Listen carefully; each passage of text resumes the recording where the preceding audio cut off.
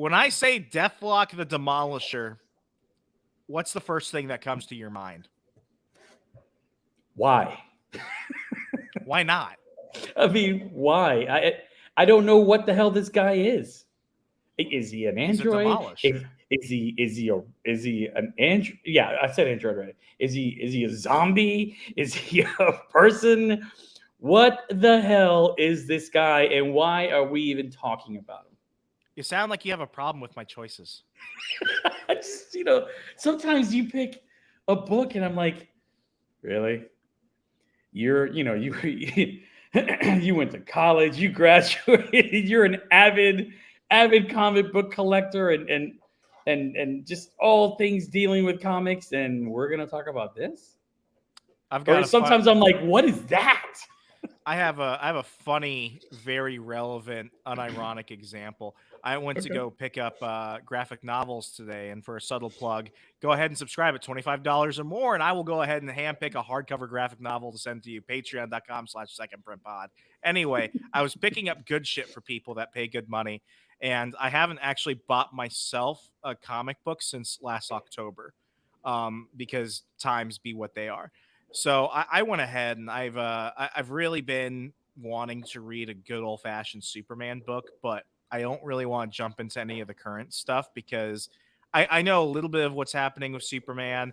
He was on War World for a while and now he's back, Okay. and his identity is back to being secret. So I know that like they tried to do a general reset for people, but a lot of stuff has happened since I was last collecting Action Comics at the end of the Brian Michael Bendis run, and then I was not happy with the Tom Taylor Son of Kal-El because it was just 12 issues of 12 or something issues of Jonathan Kent telling me I was evil because I use single-use water bottles. So I wanted to find something that was accessible, and luckily there were 3 Superman miniseries that were currently out. One was a 3 issue series, which was rather pricey. These were the larger. I don't think it was DC Black Label, but these were larger printed books that were about $10 each, Okay. called Superman Space Age, which was supposed to be an Elseworlds tale that takes place in an alternate Earth in the 1960s. It was Right. supposed to coincide with like the space race and the JFK assassination. So that was pretty interesting. Okay. Finished that this afternoon, and I also got Superman Lost by Greg Priest, which I think the verdict is still out there. It's gonna be a 10 episode. I'm sorry, it's gonna be a 10. Oh, I'm doing what Mark does: episodes, issues, episodes, issues. Hmm. It's gonna be a 10 issue series about Superman being trapped in a parallel world for 25 years. So at its face, these are both standalone stories that you don't need to have a lot of context on in order to understand. Mhm. However, they themselves are knockoffs. And not to Okay. not to be spoilery, but Mhm. Superman Space Age is basically a cheapened version of Justice League New Frontier, which is a fantastic graphic novel and miniseries from the 90s. Okay. The animated film is fantastic. One of the best things that I think DC animation has put out in a Oh long yeah, time. that one's great. I have that. Yeah, that's great. Yeah. So I mean, Superman Space Age is a like it almost mocking sounds bad, but they almost take it and they almost just change things so that it's not that, but it kind of is. And Okay. at the end of it, I'm just like, this is not as I kept comparing it to that. And when I Right. looked at what they did, I'm like, this is just very unoriginal. Okay. So I would not recommend getting Superman Space Age. I mean, there was nothing really unique about the story. It had some nice artwork, but $30, I didn't feel like I really got my money's worth. Okay. Superman Lost, this idea that Superman has been trapped in another world for like 20 something years. There have been Justice League cartoons about that. There have been Superman comics about that from Action Comics from way yonder Mhm. back. There was also, I feel like DC is starting to copy from the copies. Omni Man from Invincible got lost in an alien dimension for like 20 years. And, Mm. that was with Invincible Volume 1. And for Superman to basically be taking something from a copy, that itself just isn't interesting. So all this to basically say what I miss about reading comics Mm-hmm. is reading something just sometimes just ridiculous. Like it's not intended to be ridiculous. It was intended to be serious, but it comes out as ridiculous. Third, if you're gonna copy something fucking cool and just double down on all the weird things about it. Mm-hmm. And three, I want a comic that makes me go, What are they doing? Like, why did they do this?" And you Mm-hmm. know, it's that random excitement that comes from, well, I could do this better. Well, how could this happen? Or what else are they gonna try and do with this? I don't get that from modern comics anymore. And I haven't gotten that for a while. So as I go through my handy dandy Marvel Unlimited app, I Uh-huh. go through it, and sometimes I just find absolutely random shit. And Right. I wanted to go ahead and talk about the origins of Deathlok, which is going to be our topic today. Astonishing Tales, issue 25, the first appearance. Actually, I don't know if this was the first appearance. It's a little debated. But for all Right. intents and purposes, this is the origin of Deathlok the Demolisher. I first learned about Deathlok in I think it was issue 26 or 27 of New Avengers from the Brian Michael Bendis days. And here's Mm-hmm. how Deathlok was used. Deathlok was in a freaking like cryo chamber. He was just being like transported from place to place because his body was sold on the black market. And this bad guy named the Hood wanted to go fight another bunch of bad guys for turf because the Kingpin was in jail. So instead of fighting them himself, he basically activates Deathlock to not only go kill everyone, but also act as like a suicide bomber. So at the end Mm. of it, he would just explode. So here it is. You think you're gonna go ahead and have this guy whose name is freaking Deathlock, who looks scary as shit, who's gonna Mm-hmm. fight the new Avengers? No, he's basically just used as cannon fodder to go kill some C-list villains, and then he blows up. And I just remember thinking, like, damn, there's got to be more to this guy. So I've always had kind of a soft spot for Deathlock because I'm Yeah. like, you know what? There should be more with this guy. Somebody should do more with him. Now, Right. years later, they would bring in Deathlock to have a pretty significant role in the first couple seasons of Agents of Shield on ABC.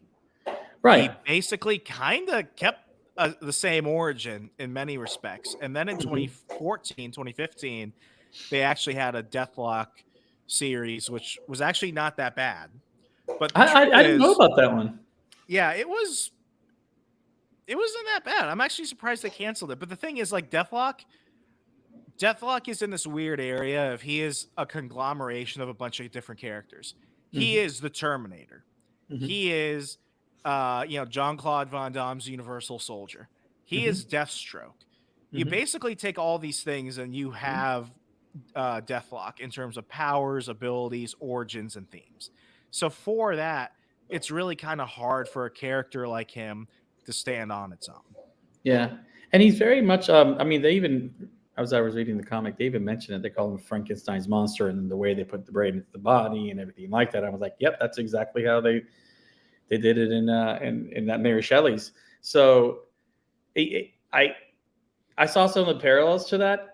I don't want to get into the comic right this second, but I'll tell you, like the first 3 or 4 pages of this book, it's pretty badass. I was like, what? I really wasn't thinking it was going to be that kind of. It's pretty graphic, Yeah. and I was like, wow, this is pretty strong. I agree with your comparisons with Universal Soldier and Terminator and all the other things. It just for me, I've always seen him throughout the years, even from the late '80s, mid '80s to the early '90s and everything. And I just didn't know what to do or say to put my finger on this guy. He was like very much I don't know if even novelties are really right where he's very He was a place obscure. filler. And then I kind of like equate him to like Death's Head. I mean, for all you Death Heads people out there, it's kind of like in the same. It's not the same, but it's kind of like in the same in which the character is there, has been there for a while, has had titles and everything. Yet, really, what have they done? Now, I was looking through the app and everything, and I've noticed all the recent work in which he is featured in. So with that, it just shows you that I haven't read or kept up with as much as I'd like to.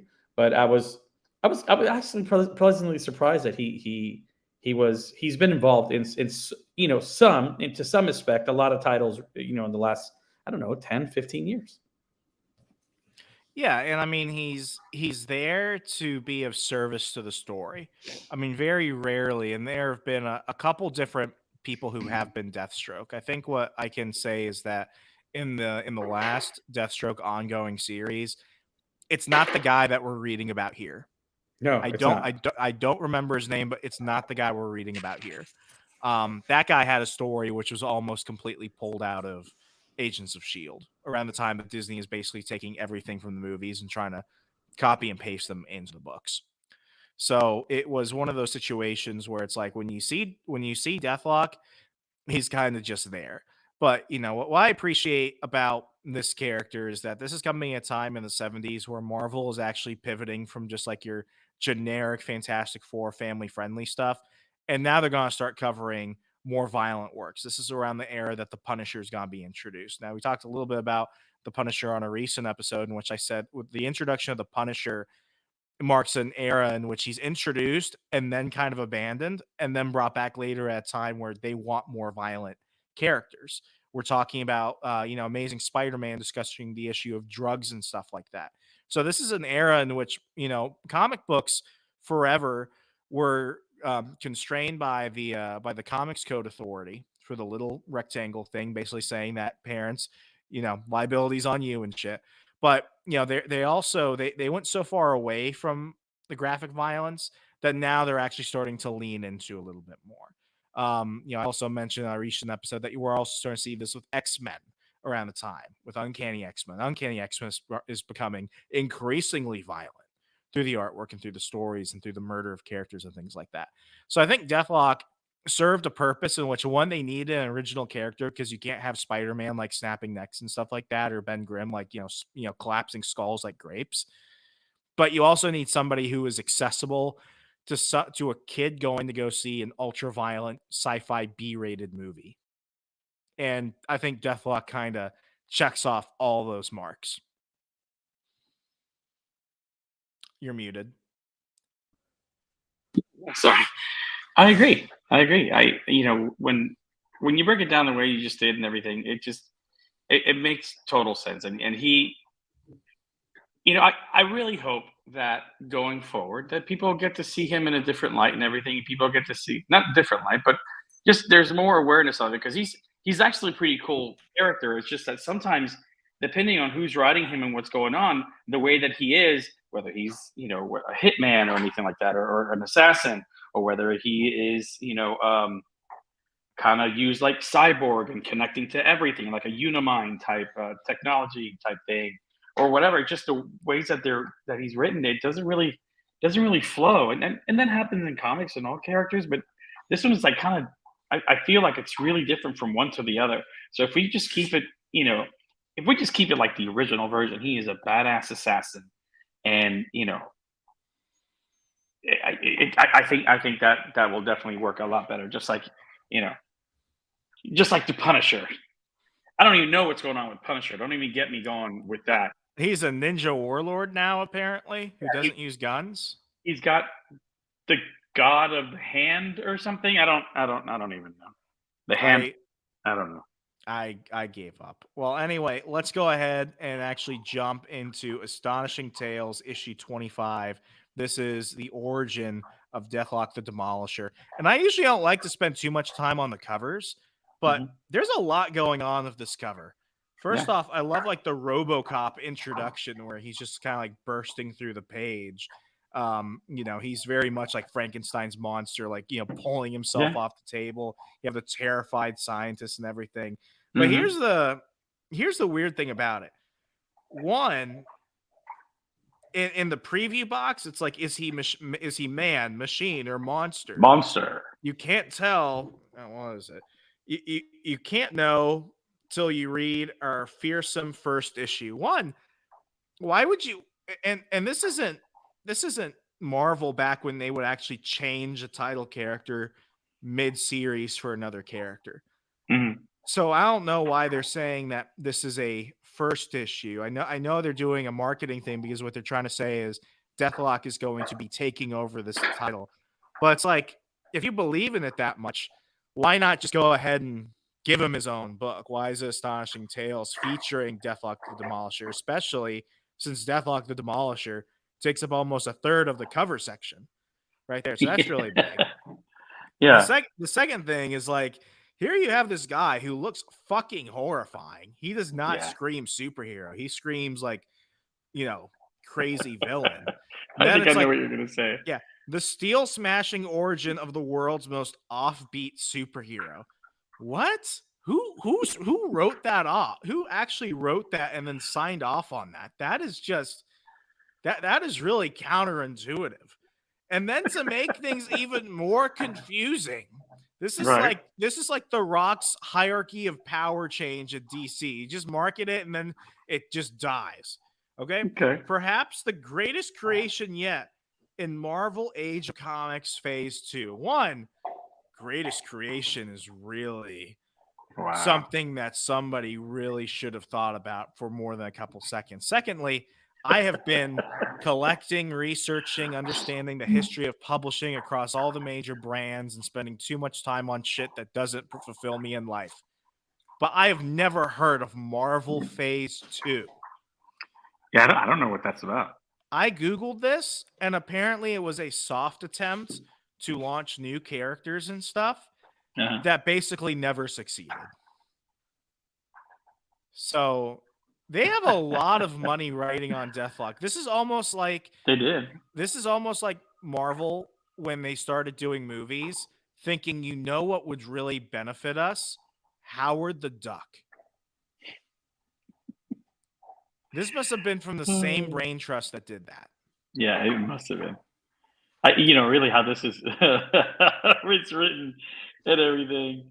Really goes, what does it say again? Perhaps the greatest creation yet. You have Spider-Man, Hulk, Thor, the Avengers, and X-Men, but maybe this is the greatest creation yet. I will defend Deathlok in many ways. I will never defend this description.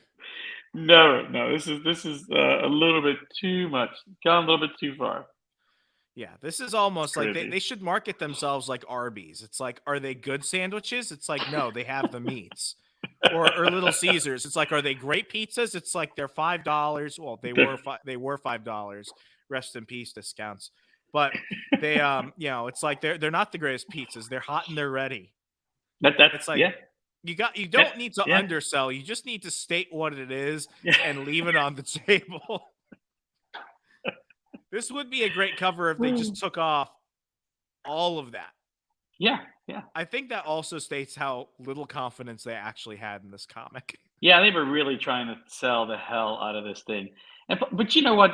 This is a generational thing also, because in the 70s, there was always a lot of like little introductions or little thing, this and that. He's man, he's this, he's not, he's actually that. It's always some shit like that going around. Yet in this example, this is batshit crazy. This is, come on, guys. Come on. Yeah.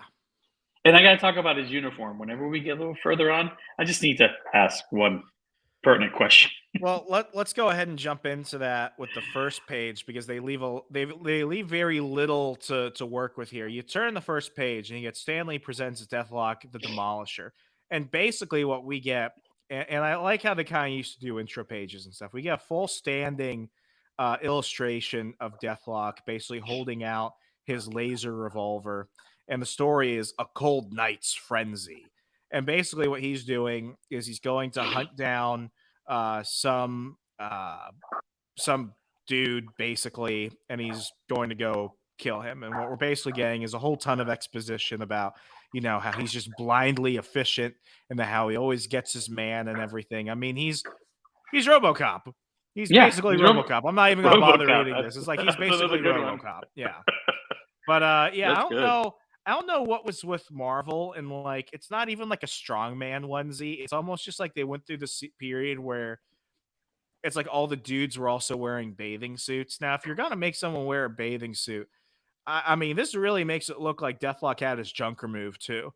I've never, I defend a lot of comic illustrations where it's like, oh, it's just paint on bodies, but it's like, you know, in a way, it's like he is badass, but this is not the most badass costume I would have given some guy I'm calling the Demolisher. He looks more WWE at this point. Yeah, he's got like a leotard on, basically. Yes, Got a leotard on with the belts and hot red shoes, hot red boots. well, he's got a knife on the side. I mean, he looks like Badass. he looks like a GI Joe reject to a degree. Yeah, he looks. I'm not like, saying like that in an insulting way. I mean, he looks yeah. like an action figure. He looks like a broke Snake Eyes. Yeah, Snake Eyes had to put shit together. It doesn't match. Whatever. That's what. Paint him black. I'll tell you what though. Like, again, when I saw this page, this is a pretty cool spread. This is a pretty cool first page to open it up. You know, and the guy is, you know, he's double. Is he double fist? Well, let me retract that. Is he holding the pistol with two hands? Oh and pointing it for like he's like for real. Yeah, he actually like is aiming and everything. And I mean, yeah, I always like I think maybe they explain it later. I was always a bit confused why the gun has a cable going through it that attaches to his belt. I think they explain it in a little bit. But yeah. Yeah, that always got me, the cable. I never really the cord. I didn't really so that way why. When they license the toy rights and kids complain about losing the guns, they could be like, no, this one has a string attached. It's a string attached. I mean, that's like, I mean, I don't say this in like an insulting way. This looks like a big toy opportunity, but I don't think parents in the 70s were gonna buy a toy called Deathlok the Demolisher who looks like an androgynous cyborg assassin for their kids. Androgynous.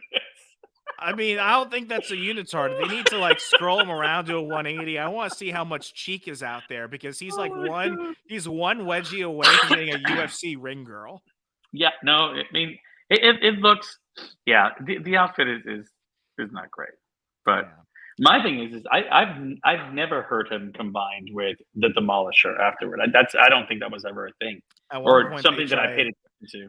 At one point they try calling him Deathlok the Terminator. But then that basically gets pulled out. Yeah. But then later, Deathstroke becomes Deathstroke the Terminator. Huh. And then it just gets weirder because then you have like the real Terminator, which is out during both. So it's kind of like, guys, you can't really run with that anymore. Sorry. Cut that out. It's not as bad as like, the whole Captain Marvel confusion and shit. It's not like that. But anyway, so Deathlok is chasing this guy. And he's just like, scary as shit. He's chasing him. And his target is running. And in 6 panels, you see this guy. And this is what I like about the 70s. The 70s gets really creative with their panel layout. And I think that's what I really enjoyed about this. So you have the sequence in which this guy is basically running, he's tripping, and he's screaming like, please, God, no, don't hurt me. And you see Deathlok coming around a corner. He grabs a steel I-beam. And you can see like one of his arms is like completely robotic. And as he grabs onto this I-beam, he actually puts a dent in it. So like, it's a very subtle feature, but it's one of those moments where it's like, shit, like this guy is fucking strong. And then he's shooting the dude and he shoots him in the back. And,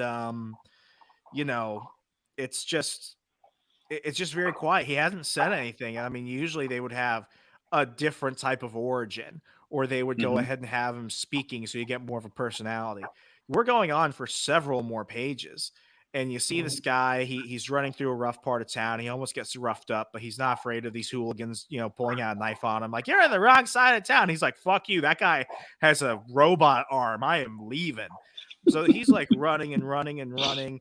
Then he gets to the last panel in which you just see him run up to the barrel of a gun, and all you see is the barrel of it, and he runs he runs head onto it, and he's just like, oh shit. And before you know it, Deathlok just basically grabs the guy, and he's crying and screaming, and it's really excruciating because they even zoom in on his eyes. He's just got tears running down his face. He's like, I beg of you. And Deathlok is just like, yes, fire. So he puts the gun to the guy's chest and just starts like blasting him. And this is what's wild because This scene almost reminded me a little bit of the end of Blade Runner, Okay. where the guy gives the speech about like, are we birds in the wind? Do we have a purpose? All that type of shit. Mm-hmm. But instead, the guy his chest is like, this is wild. His chest is just cratered and there's steam coming out of it. But he still has to go ahead and put out this little, Blade Runner soliloquy. He's like, your voice, you're not human. You're a robot, an android, a cyborg with no feelings, no remorse, just an inhuman machine. I pity you. And I gotta say, I'm focusing on the giant crater in his chest with the smoke coming out. I don't think he'd be saying anything. But I mean, I just kind of like it because as he's talking, as the guy is growing bluer, showing that he's growing colder. You see Deathlok just running away and he's hunched and he's not replying. And it does kind of state, kind of what we're working with. So I gotta say, for an introduction in the first 3 pages, I am very impressed. Very impressed. I mean, like you said, the paneling is really cool, especially on this last one that we just talked about. There's like, if you guys watch this, there's like 3 panels right in the middle of like Deathlok getting closer and closer to the guy's face. And it goes from a small panel to a medium panel to a large panel. And the large panel is where you see the guy's eyes and he's crying. And that, I mean, it's just really well done. He really is. He's a badass. Like the very first couple of pages that we talked about. I mean, it pans in from his eye, but then in his eye, there's like a shadow of the guy he's chasing. So back up to half of his face, and then to his torso up, and then you actually kind of see what he looks like. And then there's some paneling in the middle that's just really great, with like the guy falling down, and there's like 7 individual panels that go across from left to right. It just, this is a good book. The first 3 pages, I'm like, damn, I wish I would have known about this earlier, because the way it's constructed as a comic, and the way that you can follow as a reader is great. And then a lot of the stuff that's in here, it's really cool. Great, you're gonna have 70s talk, and you're gonna have your cliches on here. And if I'm not mistaken, isn't he like arguing with his operating system through this whole time? Part of it. Yeah, right. Part of it, yeah. So he's so it's kind of like Knight Rider. Also, he's fucking around with Kit. Kit's not listening to what Michael Knight is saying. So it's real. Up until that point, I'm like, man, this is a solid book. Yeah, and I mean, for the next section, they just jump into it. They don't. While they definitely are good of how they pace stuff, it's a pretty fast paced book, and there's very little exposition, which is why I like, because I think a good comic is show don't tell, and this really does do it. So when you take away all the corniness that we kind of just threw out as a disclaimer at the beginning, like what I like about it is like they don't. This is not Adam. No, actually, let me rephrase that. This is almost like Adam West doing Batman. Adam West never intended for it to be a comedy. He always said, and he said this to Burt Ward and everyone who ever did the show with him, he's like, don't think of this as a comedy. Don't treat this as a satire. Treat this completely seriously. And even though it came out as such, when it's done right, it's done right. And I think these first 3 pages, I mean, it certainly caught my attention because I was going through this. I'm like, oh, it's going to be a lot of exposition. It's going to be a cheesy sci-fi film on paper. No, they've done very well. And for the next section, we basically get a flashback sequence. And when we hear somebody saying, a pity, we failed, the patient's dead for all intents and purposes. And then we just have this like, J.K. Simmons type of guy come in. He's like, but you have isolated the portion of his brain and kept it alive as ordered. And he's like, yeah, well, I mean, what was I gonna say, sir? Like I wasn't gonna do. And this is where we're introduced to a guy named Riker. Riker is, I would say, your Thaddeus Ross. He's your Colonel Lane. He's your token evil army guy who's working in special ops and crazy shit. Who's always like, a bad day away from trying to overthrow the government of Brazil or something. So, basically what we hear is that this guy, Colonel Manning, was the most brilliant military strategist alive. And what he wants to do is he wants to preserve his knowledge for a military experiment. And this surgeon is just like, yeah, I mean, we could preserve it like a frozen vegetable, but Riker, I want you to know you've initiated the most ghoulish surgical procedure since Frankenstein. And the guy is just like, "Oh, I'm totally aware of it, mister. There's been a war going on since 1983." And it's just like, what war? Are you like, are you like fighting the Contra right now? Like, what's going on, man? Um, and he's just like trying to justify it. He's like, Manning was so aware of it that he got half his face and all of his right arm blown off by a cushion bomb. And he just goes on screaming more. And he's like, if we're going to win this war, we need soldiers who won't get splattered all over the battlefield. We need. Sorry, I just. God damn. I mean, it's great. Yeah. I mean, he would be a great like salesman this? for Raytheon and Northrop Grumman. We need super soldiers, men with bodies of steel and minds of computer precision, men who function with the infallibilities and fearlessness of machines. So if you've got any complaints about working of Project Alpha Mech, Doctor, I suggest you bring them up at your court martial. It's like, God damn. So if this is like in the 80s, oh my God, this is like this is like a Dick Cheney wet dream. I mean, I can imagine this going past Reagan's desk, and he's like, "Well, I'm not against raising the dead because I am a good Christian, but we can't take money from the Iranians to give to our good friends Noriega, and then expect our soldiers to just get splattered all over the place. I mean, what are we, uncivilized? Go ahead and go with Project Alpha Mech. It's as strong as Project Star Wars. So, yeah. I dig this. I'm totally down if this is the context. So we continue. I mean, it is what it is, right? This is your Let's token. I mean, this is your token. It's a military experiment gone wrong or gone right type of deal from the 80s. I mean, just lay it thick. That's the exposition I need. That's the exposition I need. I mean, shit, go hard. For real. You see, President Gorbachev, we have a deathlock. And do you? No, you have starvation.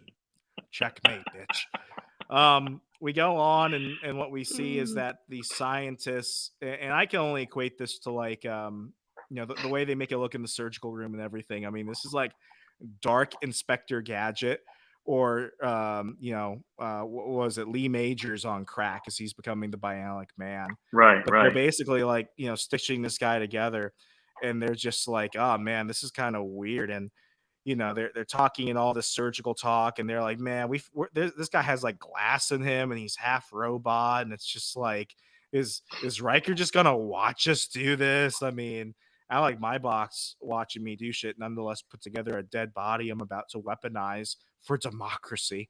But they go ahead and put them together, and then lastly, they pull out Manning's brain and they stick it in the body. And then one of my favorite things is they're like, damn, like there's still some taxpayers who wouldn't like the idea of the military spending its time making monsters. This is not allegory. This is like a straight up this is a straight up criticism of the military industrial complex. Yes, I think there are more than some who would be upset with us raising the dead to turn them into like freaking assassins and stuff. Oh my God. And then you have this other guy. They're like, who designed the prosthetic arm anyway? And they're just like, top secret, but supposed to have the tensile strength of forged steel. And it's like, yeah, that's why they made it look as menacing as possible. And they put the brain in, and next thing you know, he just starts like coming alive. And it's really, I actually think how they did this is really interesting, because they show enough of him so that it's the same Deathlok you saw before, but this is when you really start to be like, you sort of look at this and you're like, oh my gosh, like he's a human and he's coming back, and this is truly of Frankenstein proportions, because in the bottom panels of this page, you see the shadow starting to just disappear, and then as he opens his eyes, you've got the one like bulging, like Uncle Ruckus eye, and then you have the eye of a human, and that's the first time I really notice it. It's like, yeah, he's a man distorted. He is a man. No more. And again, I mean, those panelings at the bottom, just really well done. Just like, it's kind of like the evolution or like him coming into the light, really. And it looks really cool. I mean, it's really, again, this book, it's really well done. Now, why they're putting a prosthetic arm together with a little screwdriver and not like something more high tech like a drill or something? Okay, do you? And then the general or whatever just standing there pushing buttons on the wall, Yeah, this works. overseeing everything. I mean, it really is. I, mean, I can't say it. No, I really dig this book. I really, this is a treat. This is a treat for me. But the paneling and the art is actually pretty solid. Yeah. Now the next few pages I'm gonna kind of gloss over. If we haven't figured it Yeah. out by now, they're jumping between flashbacks and modern day. So modern day Deathlok is a hitman, and he has more cognizance about him. And then the flashbacks are going back to actually explaining his origin. So I like it this way. Yeah. It's never just straight bam, boom, bam.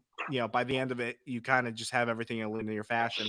I like the contrast because what it shows is that there's a lot in between to be explored, and it adds more depth and complexity to otherwise what would typically be a pretty simple character. Um, but what we learn is that Deathlok is basically turned into a hitman. He's a mercenary for hire. He ends up getting into a fight with the guy that hired him, and he's just like, I'm kind of done with the shit. And the guy's just like, no, you work for me, and I don't waste time with freaks or freak machines. And Deathlok just kind of like smacks his hand like a child, and he's like, I don't have time to waste on punk thugs. So before Right. he leaves, the guy tries to pull a gun on him, but he starts going around like killing people because that's what he does when he gets into a disagreement. So then we get back into a flashback, and we basically see him going through the equivalent of like his Rocky IV montage. He's just like learning how to like destroy and kill shit. And what we have is that who was it? Do they explain who the chick is?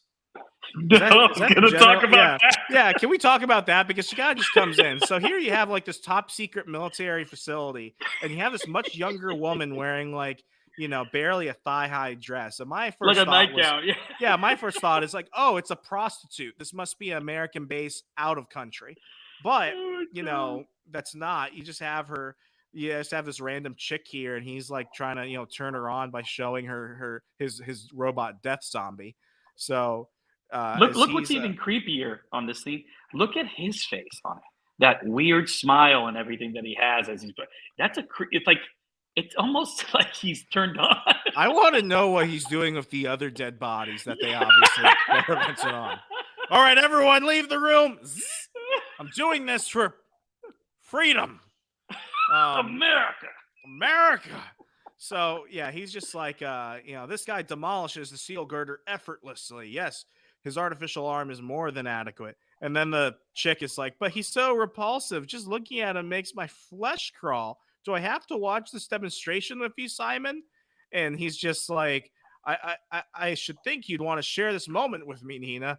It's my finest. It's the finest of my life. A dream sculpted into glory. It isn't every major who can dupe the entire military into funding his private obsession. Listen, all right, Doc, give us the rundown on him. And this is where we have like the long ass exposition. Now, Right. I will actually go ahead and read this because what's funny, and Marvel doesn't do this anymore. They have like a split panel. All I can explain it as a really fancy Instagram grid where multiple things go ahead and form okay. one image. That's a good example. For the Zoomers out there. Okay. And they actually have like little arrows pointing to like parts of his face. So it goes ahead and they start saying, very well, Major Riker, as you know, Project Alpha Mech involves the technological improvement of man by retaining a shred of Colonel Luther Manning's consciousness, specifically that portion of his brain governing strategic allocations. We've been able to establish a basis for the integration of miniaturized relay circuits. These circuits are protected by steel plate implants in the skull and control motions and other functions such as mnemonic lens, which substitutes for Manning's destroyed eye. So much of Manning's face was destroyed, in fact, that we had to virtually reconstruct it with metal and replace the pulverized bone. And basically, like, he's fucked. So he's Robocop. And I think I read that all out of order. But yeah, he's Robocop. They're just RoboCop. like, look, he has an antenna there, and Yeah. at one point they're just pointing to his face. They're like, "That's metal," and I'm like, well, "Thanks for explaining," because I had no clue what the fuck that was. And as he's continuing through his Rocky Four montage where he's doing pole vaults and stuff, I mean, they're just having a fun talking about how easy it is for him to kill people, and they give him a knife and stuff, and they still don't explain why his laser pistol has a fucking rope to it. But this general is just like really trying to. I think she's a hooker. I think he actually I think she's a hooker. She's giving hooker. She vibes. has to be, because look how short that dress is. Yeah. In this panel, you could really see him like, oh, girl. Yeah, it's like What you this doing, man? this is not visit dad at work or visit your husband at work. At all. Why are you Yeah. in a super secret military institution? Yeah, nothing about this makes right. Nothing about this seems right. So anyway, now we zoom back to the present, and he's just murdering people. And I mean, what's crazy about this is he throws a knife at somebody like fucking John Wick, and it just like he hits him so hard, it blasts another crater through this guy's back. Yep. Like this is like Rambo shit.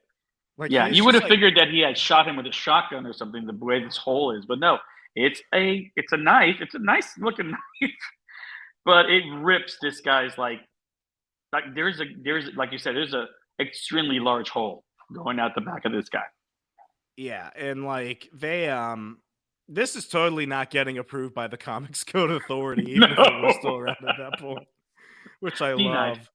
Yeah, but anyway, so they basically go back to another flashback, and what they show is that they constantly had to try and like mess with his brain and everything. It gives off a lot of Bloodshot vibes. Yeah. I mean, of them trying to like mess with his memory and everything, and then Right, trying to talk right. about how much of his humanity can he maintain. So it's a long section of a lot of exposition from the scientist and Riker. But basically, much like Bloodshot, Manning just like loses his shit and decides to start killing all the scientists, almost like Wolverine Weapon X. So he's just like freaking murdering people. He's kicking down doors. And eventually we go back to the modern story in which he finds the criminal kingpin that's refused to pay him for his shit. And he's just like, nothing's got to stop me. Not even 9 inches of solid steel. When it stands between me and $100,000. Man, that must have been 1970s money where $100,000 is a lot. But he's like, I take that. I'd still take that, but I wouldn't like go around. I wouldn't go to war with another gang for $100,000. Like, let's add the context. Like, $100,000 is a lot. $100,000 to go kill a bunch of people and start like putting a cartel hit on my head is not worth it. No, it's not worth it. So he goes to this guy and he's just like, here, I offer, and there's some 70s talks. He's like, all right, Biggs, I offered you 2 pigeons. Where's my money? And the guy's like, money? What does a machine need money for? And Deathlok is like, let's just say I'm tired of being a machine. And the guy's like, well, I got news for you, Tin Man. There ain't no money. Thanks for doing the job. I don't fucking know. Is it grazie? Gratis? Is he speaking Italian? Gratis. Thanks for doing the job. Gratis. Free. Oh. Thanks for doing the job for free. Yeah. Oh, well, that explains everything now. See, folks, comics are educational. So, speaking of educational, Deathlok takes this motherfucker to school, jumps on him like a boss, and now he's just fucking wailing on him. And in his mind, this is where we actually start to get some inner dialogue from Deathstroke. He's like, shut up, shut up, shut up. And he's just like beating this dude. But what you begin to see is that he starts looking at him and like his flesh is tearing off, not Deathlok's, the guy he's been fighting. And what he begins to realize is he's not human. He's a cyborg, a rotten, lousy, stinking cyborg. And maybe that makes you feel violence is useless on him, huh? But me, that makes me want to rip him to shreds. So he starts actually like tearing this guy apart. And what you begin to realize is that, some time has gone by, and this was all part of some plot by Riker to find a way to get Deathlok back involved with whatever crazy bullshit he's doing. And at this point, what you realize is that Riker was that crime boss, and Deathlok has pretty much figured it out. And he's like, most impressive display, Deathlok. And Deathlok's like, that's your voice, Riker. Then you were behind the cyborg. And Riker's like, yes. And now that you've killed him, the two men who were out to stop Project Alpha Mech, I'll be creating many more cyborgs. Then they'll be laying for you, Deathlok. They'll be lurking in every alley, hiding, following you, hounding you. All of them indistinguishable from human beings. You shouldn't have let your plan slip, Deathlok, because now I'll never rest until I've stopped your intended brain transplant. So basically, what he's trying to do is he's trying to take his brain. This is what I found out later. He's trying to take his brain and put it into a clone body of his. So at this point, Riker's just like, we can't have that shit. The few taxpayers who are okay with us bringing the dead back to life to turn them into universal soldier don't want them to actually obtain any humanity again.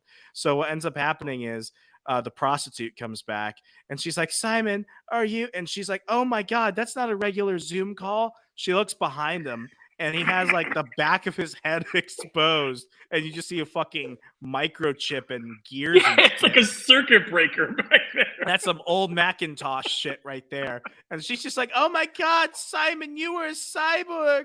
And he's like, an obvious deduction, my dear Nina. And also you're last. Yeah, she's totally a hooker because she's about to end up in the back of a car. Yeah, and that's her wardrobe hasn't changed much from our first appearance on here either. No, that's what she wears on Thursdays. Every work has a uniform.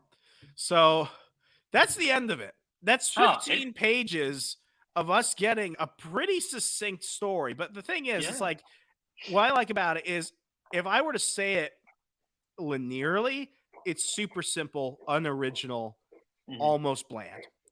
If writers and artists can make a simple story and how they structure it with their page layout by having the two parallel stories that eventually converge at the end, and with their artwork make it look more interesting, that's how you know they've actually done something really creative.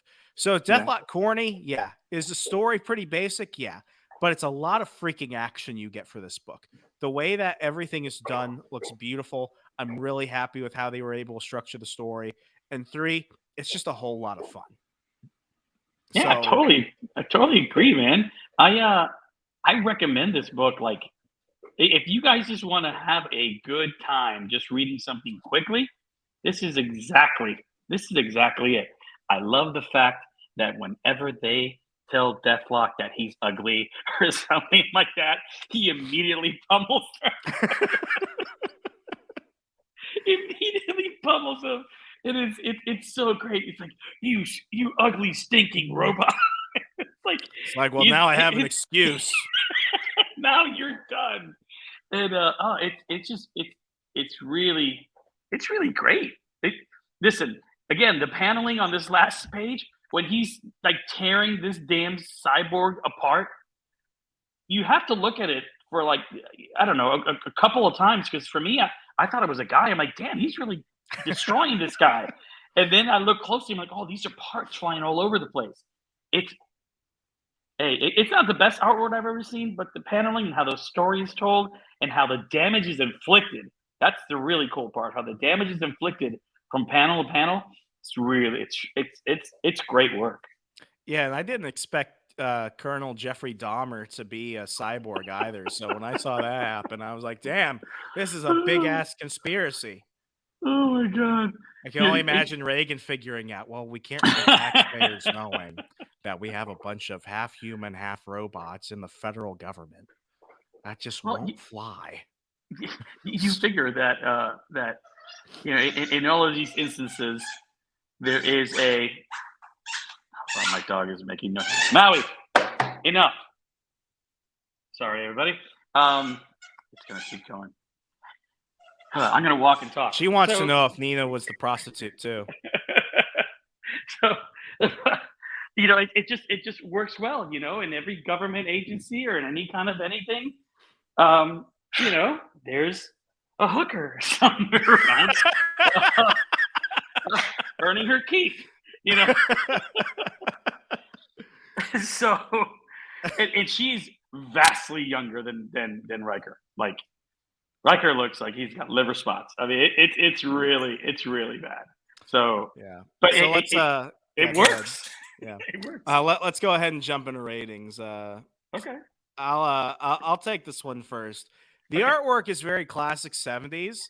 What I do appreciate is the fact that they don't hold back the violence, and I think that's the biggest thing. It's dated in terms of like, the charts section where they have to point out like that's metal, that's a bolt, like Mhm. stuff like Right, that. Like you right, can still right. tell it's very old, but it's very thematic in how they lay it out. Like it's almost like watching a movie in certain Mhm. areas. So for that, I'm I'm gonna be really nice. I know if Okay. Mark were here, he would probably go a tick lower than me, but I'm Okay. actually, given the context and the era and everything, I'm gonna give the artwork a 4.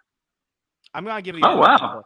It's very much written. I'm sorry, it's very much drawn in the Jack Kirby style, which I appreciate. It's not exactly the same, but especially that first giant illustration, it's very much the Marvel way of how they used to draw characters consistently. So for that, I will give it a 4. For the story, Mhm. I think this is only generous because of how it was laid out between jumping back and forth between the flashbacks and the modern era. I think in some areas there's to go from like no exposition to have an entire page where you're just having like 20 conversational, word balloons popping out. That was a bit Mhm. jarring towards the middle. I'm gonna go ahead and actually give the story and Mhm. everything a 3. So I'm actually gonna give this a 7 out of 10, which at the forefront when I saw this, especially seeing that was only 15 pages, I was like, this is not getting any higher than a 6. But I think a Hmm. 7 actually kind of shows like there was a lot of potential with this. This is Mhm. not written or drawn in the same way. And given the other comics from Marvel at the time, this is a departure because of the violence alone, because of that, Mhm. because of the themes. Yeah, I mean, we could compare this to like the first issue of the Hulk. Evil military guy, experiment gone wrong. Is he man or monster? Mhm. But, you compare that to this could have very much just been a redux of the Incredible Hulk in many ways, Okay. but it wasn't. This could have just been another type of Wolverine, but it wasn't. So for that, it's like they were able to take something simple, but also just give it enough twist to actually Mhm. seem fresh. Mhm. No, I agree. I mean, I think I'll start with the art. Okay, on my end, um, and I'll start with this just first, real quick. Like if you're like a super comic book truist, excuse me, uh, and you're looking to be like blown away or something, I don't know if this is necessarily for you, but this is a 100% fun book. I mean, it's and a lot of the stuff that's detailed on here, you're gonna have ooh, like what the hell, like moments like that reading this in just 15 pages. Art, I give it 3.5. I have seen better art in this era and everything in the 70s and everything. I have seen somewhat better. This is still, like I said, strong, and the paneling is really strong. So I think 3.5 is good. You guys go by decimals or no? Yeah. Okay, cool. Yeah. And for the story, I think I'll give the story 3.5 as well.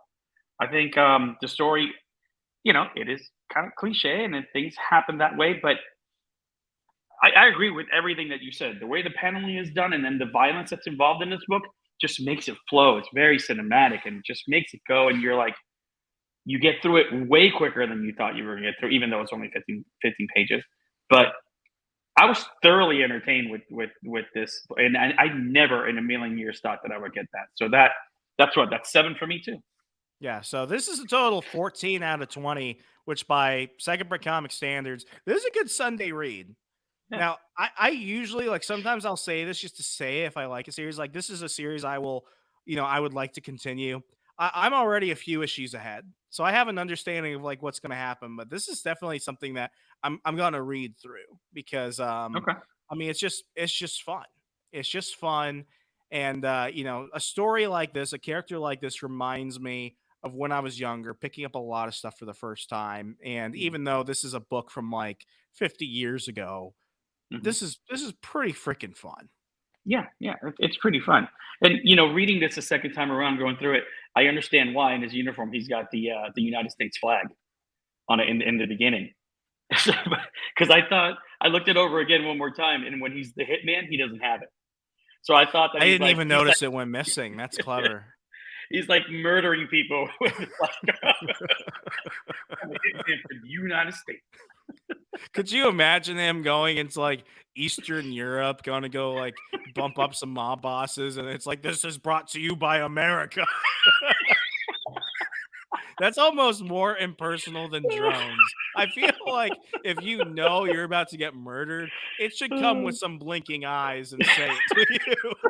Like, I almost would rather have my death robots be actual zombies than drones at that point. You know, at least add a little bit of cinematic flair to the terror you inflict. But Oh yeah, shit, dude. they go ahead, and there have been a couple different Deathlocks. Okay. The last Deathlock was a completely different character. There's somewhere, you know, in the future, he's like a freedom fighter. There was a Wolverine Weapon X series that came out. I have a complete run of it. It's just called Wolverine Weapon X. And the final, I think or maybe it was like the second volume of it. You have a situation where somebody's actually created like hundreds of Deathlocks, and they've sent them back in time to like hunt down Wolverine and Oh, I Bucky think I've Barnes, seen that. Captain America. Yeah, it was so cool. I think it's just called like I think the arc was just called Deathlock or something like that. Hmm. But that was just fucking cool because you have Wolverine and Captain America fighting like an army of Deathlocks. And Hmm. what they have to do, and this is what's wild, what they have to do is they have to go back in time and they have to kill certain individuals. So they literally steal the plot of the Terminator in which they have to go back and like kill people who were like members of the resistance leadership. Right. And the Wolverine has to stop it. So sometimes Deathlock is this character of Luther Manning. Other times Deathlock is just an alias that multiple people can take. Gotcha. And they still look the same. But you know, I think that's what's cool with the character. He can be, I mean, it's kind of like the Crow. You Okay. can have multiple people be that character who have really nothing to do with each other, but they can all have very distinct stories. And you know, sometimes they're just there to be like stormtroopers, where you know you just blast them away and shit like that, and Wolverine is killing them. But yeah, I mean, I have a greater appreciation for Deathlock after this episode than I did before. Yeah, me too. Like opening the show, I was like, why are we doing this? And like after having read this and gone through it, it's pretty cool, man. It's something like, you know, I'd like to continue and see how it evolves from decade to decade and see how he's been used. Well, I would definitely say that if you want to jump onto a next one, I would go with the Deathlock series that was last published in like 2014. I think it was under the like 2014. the you know all new, all different Marvel era, but this is probably the one where I was like, I wish they had kept it going before they canceled it. I think they canceled it prematurely, but also, Okay. and you know, this isn't to say he's a bad character, but some characters are better when they work in tandem with others. They're not always headliner heroes or Right. headliner characters. And I I think agree. Deathlock, you know, over time, he is definitely a better character when he has others to kind of work off of Hmm. than when he's in his own title. And, you know, that's not to say he's not a good character. It's just how is he used, who's writing him, and what is the story.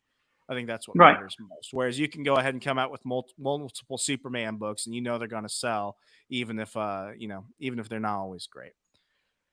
Well, that does it, folks. I hope you enjoyed this as much as we did. Remember, we go ahead and keep the fun going and more over at patreon.com/secondprintpod. You can go ahead and hear other stuff from Token Uncle Brody and I, such as the recent episode we did of Remso versus the DCEU, where we covered Batman versus Superman, Dawn of Hmm. Justice. Last week, we went ahead and did another SBC Pop episode with Mark. We've got so much more coming to you every week. And if you want to go ahead and catch up on past episodes of the show, go ahead and hit us up at secondprintcomics.com. As always, if you forget all these awesome things I told you to do, remember there's only one you need to actually memorize, have it, you know, tattooed on your chest like you're part of a gang or something. You know, name your child after this long section. It's read comics and change the world. Good night, America.